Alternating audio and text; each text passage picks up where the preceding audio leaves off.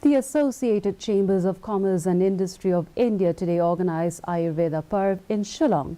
The Ayurveda Parv is a three-day exhibition from September 15 to 17 September 2022.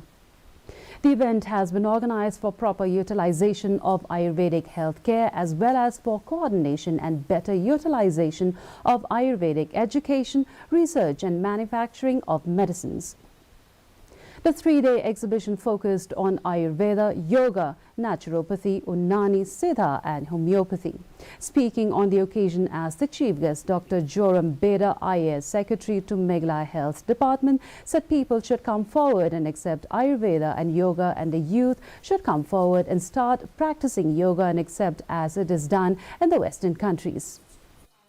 Government Associated Chamber. I would say that there is a need to rediscover Ayush. I'll especially speak on Ayurveda and Yoga because that is what I know of, and I will emphasize on that.